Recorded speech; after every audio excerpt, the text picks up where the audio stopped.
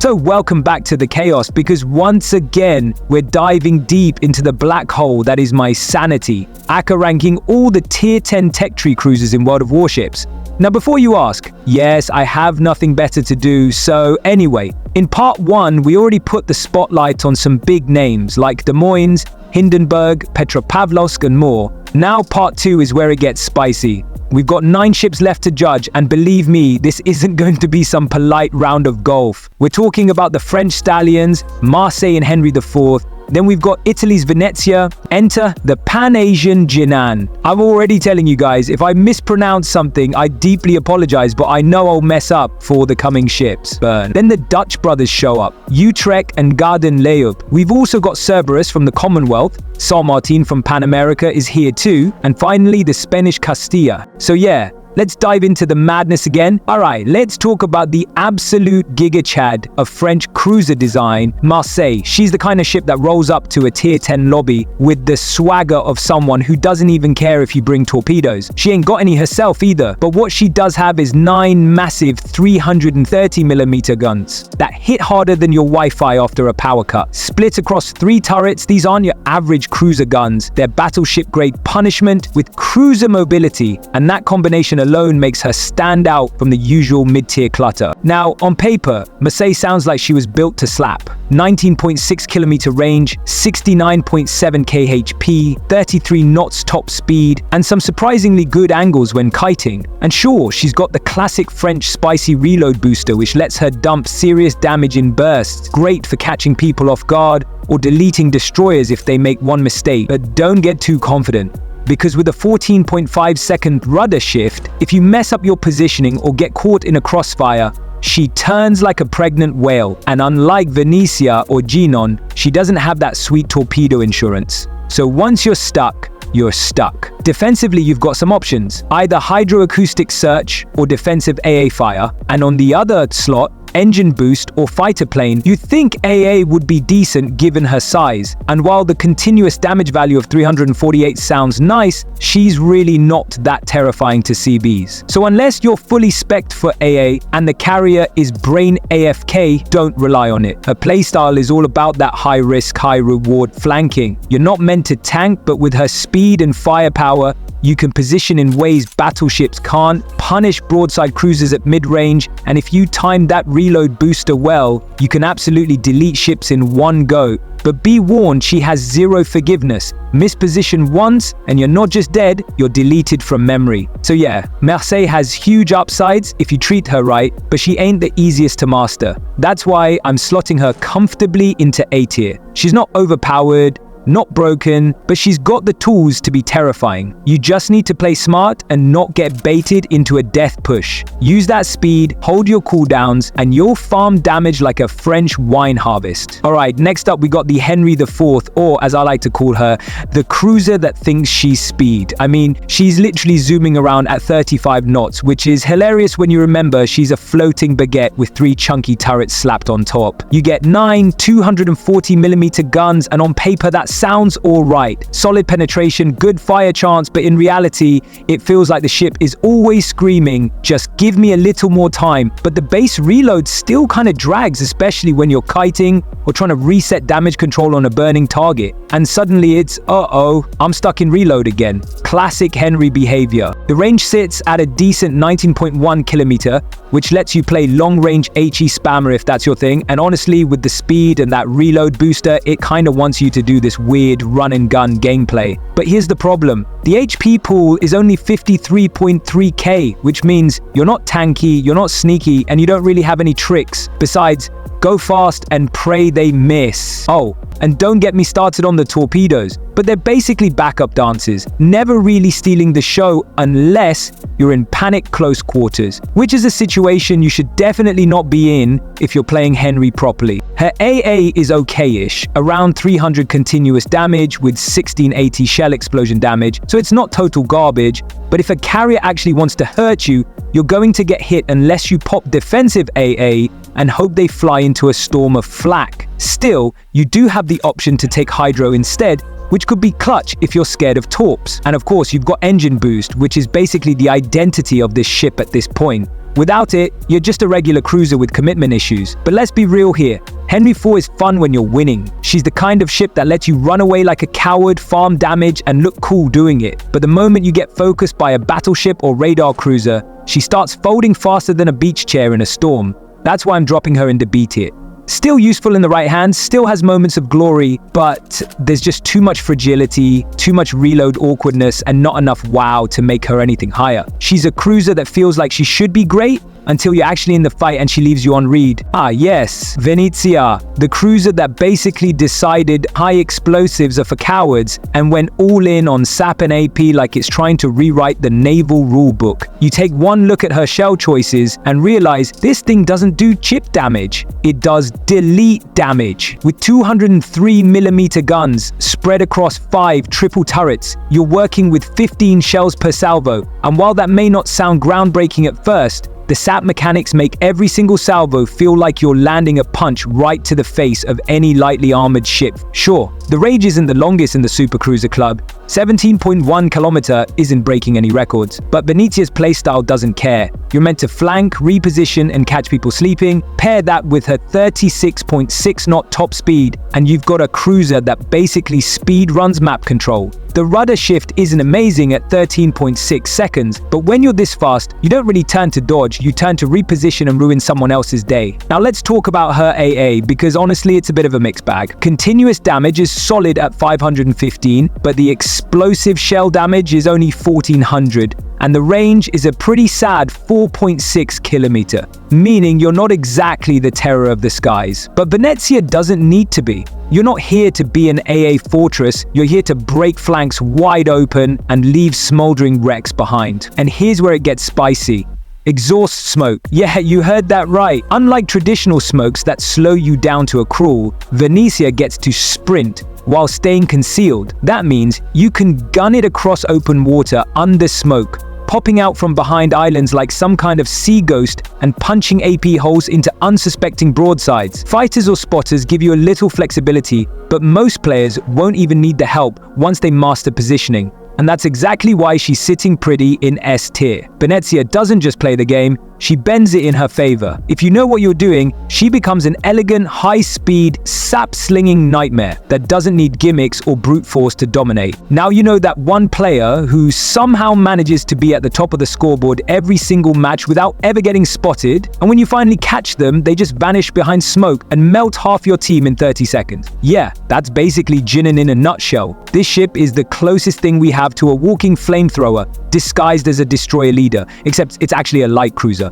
if we're being technical. So let's unpack why Jinan is absolutely broken in the right hands. First off, it's rocking 10 127mm guns across 5 twin turrets, and while that might not sound super impressive at first, the real magic is how fast they reload and how constant the fire pressure is. You're just shelling enemy ships non-stop, like you're trying to cook them alive with sheer overheat damage. But that's only half the threat, because if you're only worried about the guns, you're missing the real horror. The Jinan's torpedo armament is insane. 4 mounts, 5 deep water torps each. That's 20 torpedoes. And these aren't just there for show. They hit like freight trains and are designed to make any battleship captain rethink their life choices. Of course, deep water torpedoes don't hit destroyers, but trust me, you've got so much DPM from the guns and so much torp spread for cruisers and BBs that it barely even matters. The survivability is where the trade-off comes in. Only 32.5 kHP, so you're about as tanky as wet cardboard, but you're fast at 35 knots and with a 7.7 second rudder shift. This thing handles like a race car with torpedoes strapped to the sides. Add in defensive AA fire, a smoke generator that lets you sit still and farm damage like a goblin,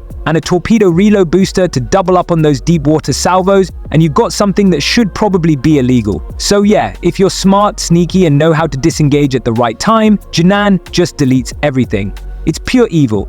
If you're on the receiving end of a good Jinan player, it feels like you're being hunted by some sort of underwater demon with firebombs. S tier, no question. Okay, so Utrecht, let's be real. This ship is basically what happens when someone wants to cosplay as a destroyer, but still insist on sitting at the cruiser table. You look at it and go, wait, is this a destroyer with delusions of grandeur, or a cruiser with a speed addiction? because with that 35 knot top speed and speed boost on top, this thing absolutely zooms around the map like it's late to every cap. Now she's rocking 6 turrets with 2 128mm guns each, so 12 barrels in total. And yeah, the caliber screams destroyer gunboat, but on a cruiser hull, it's an identity crisis. Range is decent at 17 kilometers, fire chance isn't bad, DPM is steady, and if you catch a DD slipping up in open water, Utrecht to absolutely melt it. But you're not gonna scare off a battleship with those pop guns unless they're asleep or allergic to turning. Now here's the real kicker. No torpedoes, 0 zilch, and that's just criminal at this tier for a cruiser.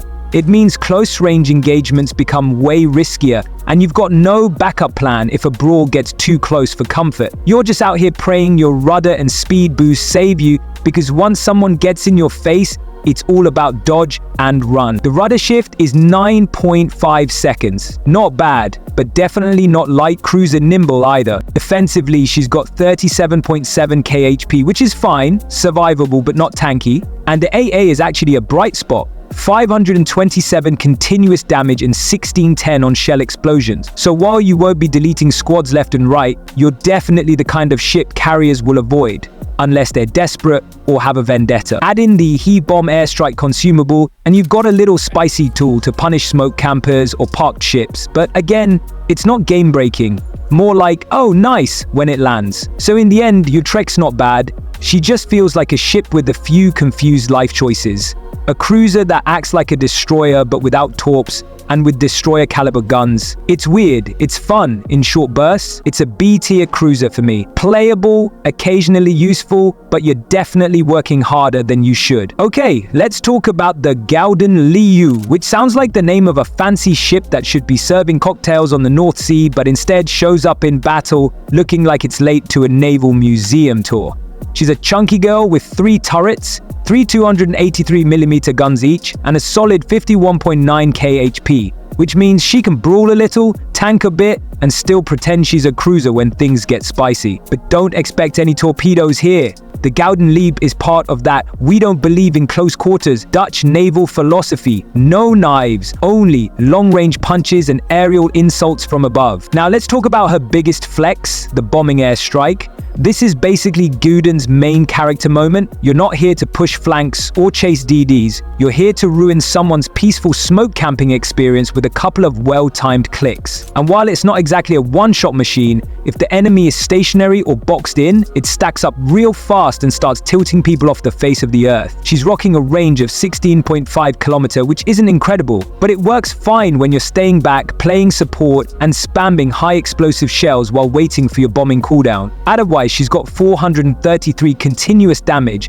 so you're not totally helpless versus carriers, especially if you pair it with defensive AA fire. But let's not pretend, CVs are shaking in their boots. Her rudder shift is a lazy 12.7 seconds, so don't expect this thing to turn like a light cruiser. Once you commit to a turn, you're committed to that life decision, like someone who just bought crypto at its all-time high. On the plus side, you get 33.5 knots top speed, which is more than enough to reposition, kite. It's the guy in the back lobbing shells and bombing from above, doing annoying damage and slowly tipping the game in your team's favor. If you play patiently, position smartly, and don't try to be a hero. She's A tier, solid, underrated, and genuinely fun when you embrace the whole airstrike menace playstyle. Cerberus is one of those ships that looks absolutely terrifying on paper. Crazy DPM with those 203mm guns, 4 turrets, triple barrels on each, a solid 18km range, and hey, she even comes with torpedoes. 2 launchers, 4 fish each, so she's not defenseless up close. But once you take her into a real match, the facade starts cracking faster than a low-tier cruiser getting high explosive shells spammed from every direction. You'll be like, this is it? This is the DPM monster? Because yeah, she absolutely can melt things, but only if she's allowed to sit there and farm for free, which, let's be honest, almost never happens. Her AA is polite, I guess, with a continuous damage value of just 278. She's not exactly scaring any carrier into backing off. And while she does have that subfinder and short burst smoke to help dodge and reposition, she just doesn't have that extra sauce to justify putting her higher. The rudder shift time of 11 seconds makes her feel sluggish when you actually need to dodge incoming fire, and 34 knots is fine, but not enough to escape when things get spicy. She gives you tools, sure, but they're more like emergency duct tape than actual survival gear. Overall, Cerberus feels like that ship you keep wanting to enjoy, because she promises so much with that top-tier damage output. But when push comes to shove, you're either hiding behind islands praying someone walks into your kill zone, or you're getting deleted faster than you can say, "Why did I push in?" It's not that she's completely useless, but in a meta filled with aggressive cruisers, long-range farmers and planes everywhere, she just doesn't hold up. So yeah, it's a C tier from me. Respect the damage numbers, but don't fall for the bait. San Martin, the ship that feels like it was designed by someone who thought, what if we only used AP shells and hoped for the best? Because just pure armor-piercing madness from 4 turrets, 2 of them rocking double barrels and the other 2 coming in hot with triples, all 152mm. Now you might be thinking, okay, that sounds spicy, but hold on, range is just 15.5 kilometers, so you're not exactly sniping people from the horizon. You gotta get in, work for your damage, and pray they give you that juicy broadside, or you're just tickling them. She's sitting at 49.8k HP, so she's not too fragile, not too tanky, kind of middle of the road vibes. But what's nice is that she brings 10 torpedoes to the party, 2 mounts, 5 on each side, and that gives her a bit of teeth up close, especially when you got people getting too comfortable pushing into you. Her AA is fine, continuous damage at 320, explosion damage at 1890, which honestly means she'll annoy planes, but isn't exactly the no-fly zone some other cruisers can be. She's doing 34 knots flat out, with a rudder shift time of 11.4 seconds, so she can kite, dodge, reposition, all that good stuff. But she's not dancing like a destroyer either. Where she really starts to get interesting is the consumables. You've got a choice between hydroacoustic search or defensive AA, which gives her some flexibility based on whether you're dealing with torps or planes. Then there's the other slot, either radar for spotting sneaky cruisers and destroyers, or a spotting aircraft for that little bit of extra range. And oh yeah, she's got a super heal too, so she can definitely surprise you by not dying when you thought she was about to. It's like she's built to take punishment just long enough to make you regret leaving her alive. But even with all that, the lack of high explosive shells really limits her utility in many matchups. If you get a stubborn angled battleship or another cruiser that just won't show their sides, you're in for a long and frustrating engagement. She's got tools, sure, but she's also got conditions, and that makes her feel situational more than dominant. So despite the heal, the torps, and the quirky kit, she lands in B tier for me. Reliable when played smart, but far from a universal monster. Alright, let's wrap it up with Castilla. And honestly, this ship feels like that one quiet kid in class who suddenly shows up to the group project and absolutely carries the whole thing. Castilla rocks 254mm guns, and she's packing 3 turrets with 3 guns each, which already sounds like trouble. But then you find out she's got an alternative burst firing mode, and now it's really time to run for cover. With a 17.1km range and 51k HP, she's more than happy to fight at a distance and still come out ahead. The torpedo setup isn't half bad either. 2 mounts with 5 torpedoes each, giving her a total of 10 sneaky presents to send down range. And her A is no joke, with 335 continuous damage and 16 10-shell explosive damage, which means she's not exactly fun to fly over. Top that off with a max speed of 37 knots, making her one of the fastest in this tier, and a rudder shift time of 11.5 seconds, and you've got yourself a ship that feels way more slippery and aggressive than it looks. Utility-wise, you get to pick between hydroacoustic search or defensive AA fire, and then again between spotting aircraft or fighters. So there's some nice flexibility based on your playstyle or matchmaking situation. Honestly, Castilla feels like a high-speed problem with good range, solid firepower, and that surprise burst gimmick that can absolutely melt broadsides if you're not careful. She's not perfect, but she sure feels more consistent and threatening than half the ships we've talked about so far. So yeah, Castilla gets a comfy A tier from me. Great berth potential, fast, flexible, and fun to play. That wraps up the tier 10 cruiser rankings. Some of these ships are absolute monsters, others are just floating disappointment, and a few are basically sea mines that exist to suffer. Let me know if your favorite ship ended up in the wrong tier, or if I've committed some war crime by not putting it in S. Either way, I'll see you next time, and until then, good luck and fair seas, captains.